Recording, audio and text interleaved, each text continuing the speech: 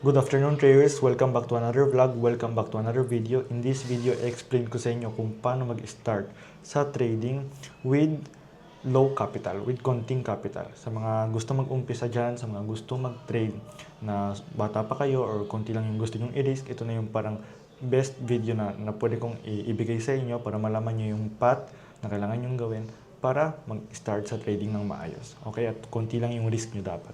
So nandito ako ngayon sa office, nagte-trade ako ng Europe session. Parang ito yung ating chart, ito yung ating setup. And sobrang nakaka-proud traders kasi papakita ko sa inyo yung mga result ng mga students ko dito sa Pilipinas. Sobrang talagang nakaka-proud kasi sobrang dami na sa kanila na kukuha yung system ko, yung strategy ko, perfect entry yung ginagawa nila. And ang maganda dito is less than 2 months pa lang ako dito sa Pilipinas. I mean, less than 2 months ago ko pa lang ni-launch yung ating academy, yung Ren Funding Lab Academy. More than 120 members na tayo.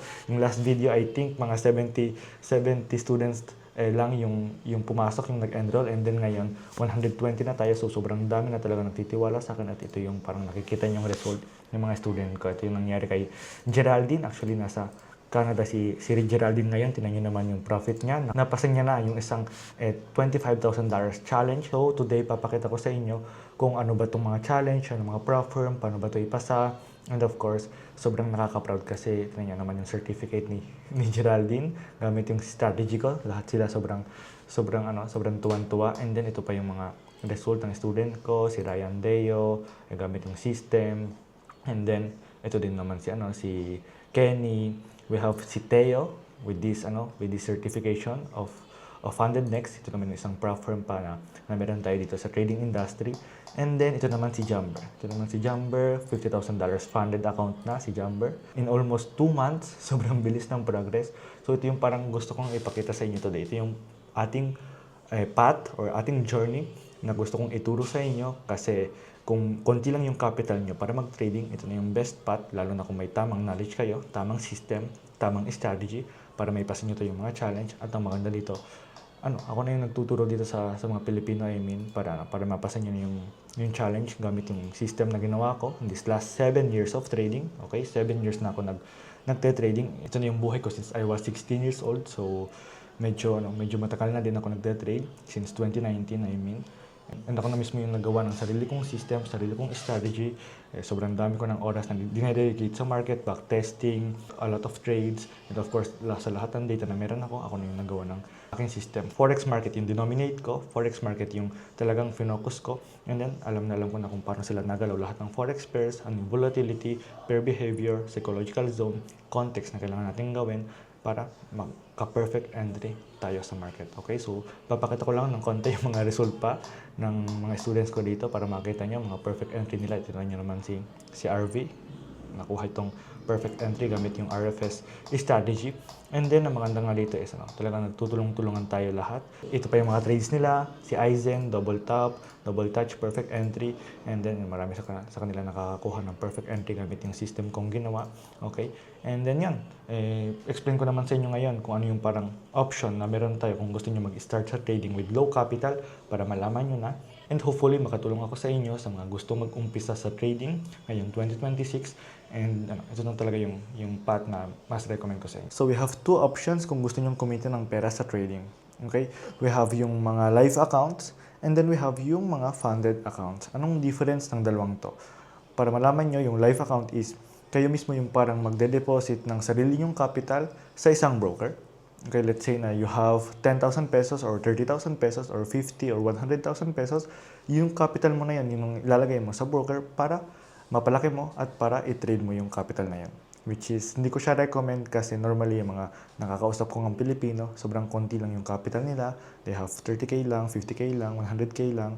So, pag ganun lang yung capital nyo, or they have like 10k, 15k lang, pag ganun lang yung capital nyo, mas recommend ko na lang mag-prop firm kayo, mag-funded companies kayo kasi konti lang yung risk natin and then mas mataas pa yung potential na pwede nating ma-achieve at pwede nating ma-profit. Ano ba yung prop firm sa mga hindi pa alam or wala pang masyadong experience dito sa trading industry? I will say yung mga prop firm sumikat siya nung mga 2021, mga 2022, almost before matapos ang 2021. So, ang sinasabi ko lang dito is yung prop firm, ang ginagawa nila is pupunta tayo sa isang funded company, sa isang prop firm, and then sila na yung magbibigay ng capital sa atin if ma-demonstrate natin na profitable tayo. Okay, so let's say na you want to manage $10,000 capital lang. Mapakita ko sa inyo yun mamaya para maintindihan nyo pa ng maayos. Kailangan nyo para mag-take ng challenge, mag-take ng exam, ipasa yung mga phases na meron sa prop firm, and then pag na-achieve nyo na yun, yun na yung capital na minamanage nyo. Okay, so let's say sa isang buwan, maka 10% profit kayo with your $10,000 funded account. Ang mangyayari dito is 80% yung profit sa'yo normally, and then 20% sa company. Yun yung parang potential na meron tayo dito. And ang maganda dito nga is, ang ni-risk mo lang is yung pinangbayad mo ng challenge. Okay, so ito yung parang konting risk kasi may mga challenge na $10,000 na you have to pay less than 5,000 pesos, and meron ka ng para maipasa yung challenge, matake yung challenge, and with that, if talagang magaling ka, okay, if talagang consistent ka sa isang system, sa isang strategy, kayang-kaya mong ma-achieve yung 10%, 5% sa mga phases, kayang-kaya mong mapasa yung mga challenge, kayang-kaya mong kumita ng pera with konting capital. Ito yung sinasabi ko ng path na recommend ko dito sa Pilipinas. Okay, so let's say na maka-manage kayo ng $100,000 capital, 500,000, kahit maka 5% man lang kayo with 100K account, let's say na maka $5,000 profit kayo, okay, yung mga 80% sa inyo, which is $4,000, $1,000 sa company, which is 20%, $4,000 dito sa Pilipinas is more than the average salary. Okay, mga 200 something pesos, yung 200,000 something pesos. So, sobrang laki ng potential. And ang maganda nga dito is tinuturuan ko lahat ng students ko dito sa Pilipinas para ma-execute nila ng maayos yung strategy kong ginawa, and para mapasa nila lahat yung mga funded accounts, mga challenge na meron tayo. Kasi hindi ko naman talaga recommend maglagay ka ng sarili mong capital, lalo na kung konti lang yung pera mo para mag-trading. Lalo na kung wala ka pang experience, lalo na kung wala ka pang knowledge, and lalo na kung hindi mo alam yung ginagawa mo sa market. Okay, so yun lang yung gusto kong sabihin sa inyo. Ito yung parang two options na meron tayo, live account and then funded account. And then I will say yung 2021, 2022 sumikat yung mga prop firm dati, marami pang prop firm na, may forex funds pa, may true forex funds pa, marami pang prop firm. And then ang sinasabi ko lang dito is may top 5 prop firm ako na nire-recommend sa Academy para magamit namin. And ang maganda dito is talagang legit sila. Okay, and then talagang nagpe-pay out sila. Nagbabayad sila sa mga traders. So ito yung parang recommend ko ng prop firm sa ating community. Pakita ko lang clear sa inyo yung winidraw ko dito sa Orion Funded. Ito yung prop firm na ginagamit ko nung last week. Ito yung ating winidraw, $3,500. Okay, and then ito pa yung winidraw ko with my another account na funded, $1,000 almost. Okay, so yun, nakikita nyo naman yung potential nga ng system. Imagine nyo, maka $5,000 kayo per month dito sa mga prop firm. Talagang bawing-bawi na lahat ng pagbabayad nyo ng challenge, dun sa academy, sa lahat ng education. And then, ang maganda dito actually is, yung skill na to, nasa inyo na. Nasa mind nyo na. So, forever na to sa inyo. And then, ang maganda dito, sobrang dali mag-scale sa mga funded accounts. We have $25,000, we have $50,000, $100,000, $200,000. So, ito nga yung path na recommend ko sa mga beginners na gusto mag-trading. Okay? So, yan. Punta muna tayo ngayon dito nga sa screen, and then papakita ko sa inyo ng maayos kung ano bang meaning nito, paano ito mapasa, ano ba yung mga rules na meron tayo sa mga prop firm, and para talaga maintindihan nyo pa lahat in this video. So, ang goal ko lang in this video is malaman nyo yung path na meron tayo ngayon sa trading industry kung konti lang yung capital nyo. Kung wala kayong masyadong capital, wala kayong millions of pesos to trade, you know? Ito yung gusto kong ipakita sa inyo para maintindihan nyo pa ng maayos kung paano nagana ang mga prop firm or ang mga funded companies. We have a lot of prop firms dito sa trading industry. Ito yung parang pinakasikat, FTMO. Ito yung for me top 1 or top 2 dito sa trading industry kasi sobrang tagal na nila. Mga let's say 2015 sila nag-start dito sa industry. And then we have Funded Next also. Maraming prop firm, Funding Pips. And then ang ginagamit ko is Orion Funded. Sobrang sumikat sila last year, and for me sila yung parang one of the best prop firm dito sa trading industry. Gawa ng mga rules nila, gawa ng mga spreads, and then of course, sa maganda dito actually is may connection ako sa CEO, sa mga team nila, kasi in-invite nila ako dati sa podcast nila para ma-interview ako dati sa Spain. Okay, so let's say na we have $10,000. Ito yung parang gusto natin kunin na capital, $10,000 lang muna. Okay, and gusto natin gawin is yung 2 phases. or yung two-step evaluation, which is kailangan nating mapasa yung challenge sa 2 phases. So, di ba sabi ko sa inyo kanina, para maka-funded tayo, kailangan nating mag-take ng challenge or mag-take ng exam para mapakita sa company na profitable tayo and consistent. Okay? So, let's say na we have this Orient Standard, two-step, $10,000 yung gusto natin kunin. We have two type of accounts. Let's say standard and then swing. Ang ginagamit ko is swing kasi yung type of trading na ginagawa ko, yung strategy ko, more on swing trading siya. So, ang sinasabi ko lang dito is magbabayad muna tayo dito ng 63 euro. Let's say mga, magkano ba yun? 4,000 pesos I think. Tingnan lang natin. Mga 4,300 pesos with my coupon RFS. Maybe mga 55 euro na lang yung lalabas. Okay, magbabayad tayo ng 55 euro, 60 euro, 4,000 pesos, less than 5,000 pesos, okay? And bibigyan nila tayo ng $10,000. Okay? And then mangyayari dito is, yung $10,000 na to, sa phase 1, kailangan ko siyang ipasa, kailangan ko siyang i-profit ng 8%.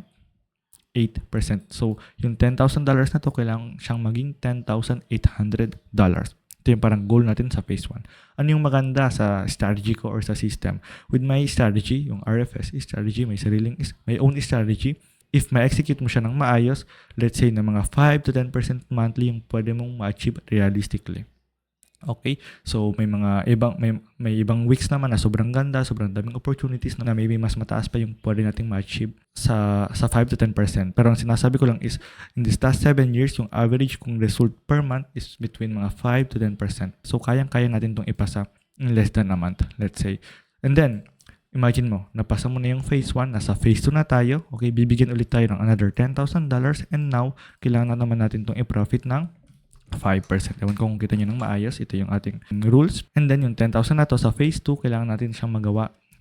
And then yung 10,000 na to sa phase 2, kailangan natin itong ma-profit ng 5%, $500.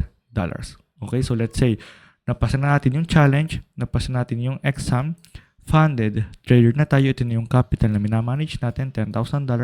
Ang mangyayari dito is, let's say sa isang buwan, maka 10% profit kayo with this account. Okay, 10% profit kayo with this account, which is $1,000, di ba? So, pag mag-withdraw na kayo, kasi ang withdraw dito sa Orient is every 2 weeks, pag mag-withdraw na kayo, ang mangyayari dito is 80% yung profit sa inyo, 20% sa company. Okay? 80% yung profit sa inyo, 20% sa company. So, let's say dun sa $1,000 na yon, $800 yung nakuha nyo, and then $200 sa company. Ano yung parang nilabas yung pera dito or sinugal yung pera or ni-risk nyo na pera, yung pagbayad ng challenge. So, ang maganda dito is, first of all, ang recommended kong path muna sa mga students ko is magde-demo muna kami. Okay? Tuturo ko muna sa kanila yung strategy. May-execute nila ng maayos yung system ko. And then, pag profitable na sila sa demo, ako na yung parang magbibigay ng go signal sa kanila para mag-take sila ng challenge. Hindi na tayo mag-live account, hindi na tayo mag-deposit ng sariling capital sa isang broker kasi normally nga, kung konti lang yung capital mo, wala kang masyadong magagawa with that. Kasi mindset ng mga Pilipino is gusto nilang gawin yun or gusto nilang i-multiply yun sa millions of pesos, which is not sustainable. Okay? Then, imagine mo, hindi mo napasa yung challenge. Anong mangyayari dito? Ay, Coach Ren, anong mangyayari kung na-fail ko yung challenge or hindi ko napasa yung challenge? Ano yung matatalo ko doon? Let's say na yung $10,000 na to na binigay sa'yo ng company, matalo mo siya ng 10%. Okay? Yung 10,000 na to maging $9,000. Okay? Ang mangyayari dito is fail ka na sa exam. Fail ka na sa challenge. So, ano yung parang nirisk mo dito? Yung pagbayad ng challenge.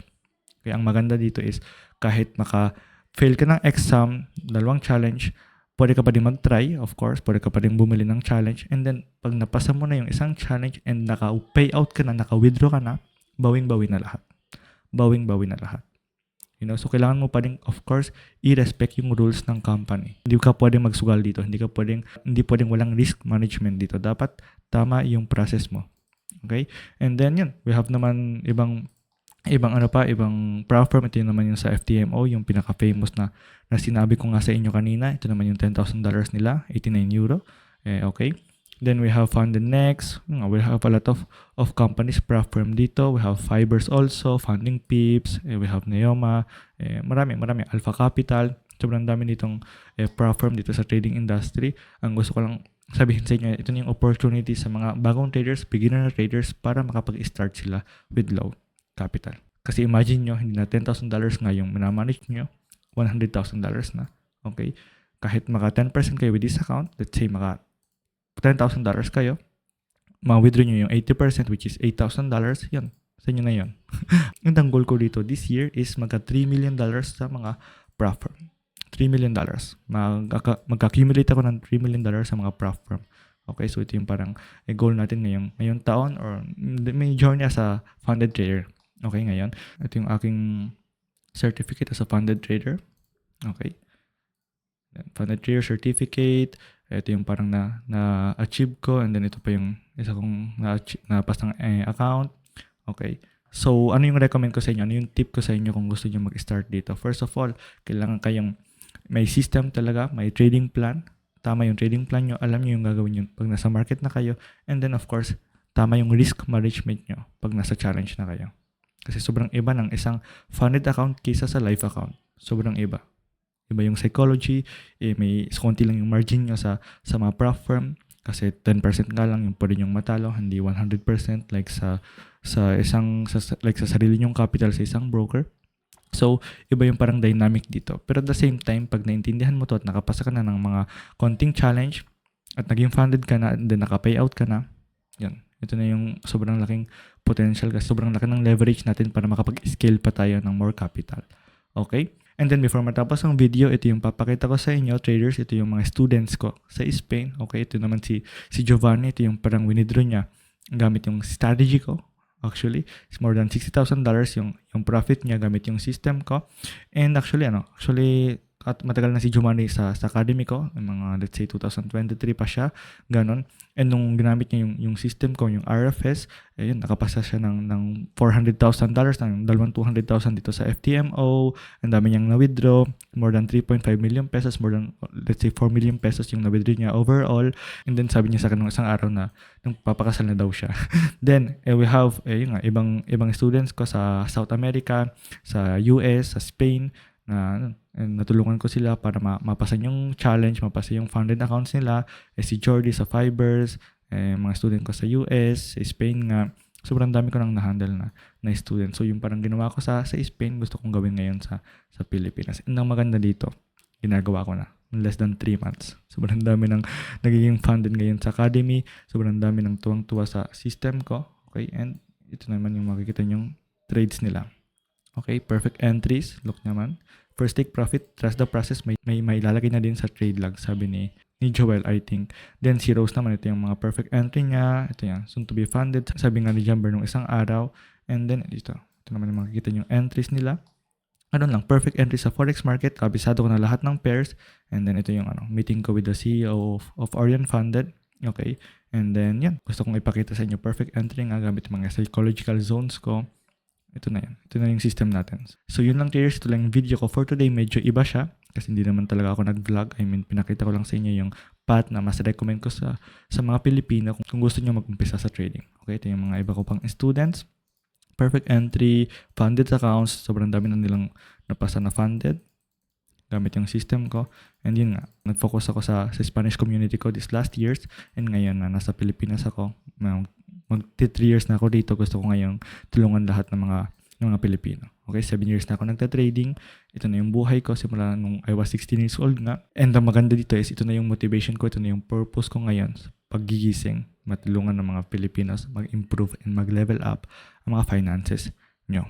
Okay, so yun. Ito naman yung mga funded accounts na na-achieve ng mga students ko sa Spain. Payout, nag-withdraw na sila gamit yung strategy ko. So yun lang, traders. See you in the next video and thank you for the support.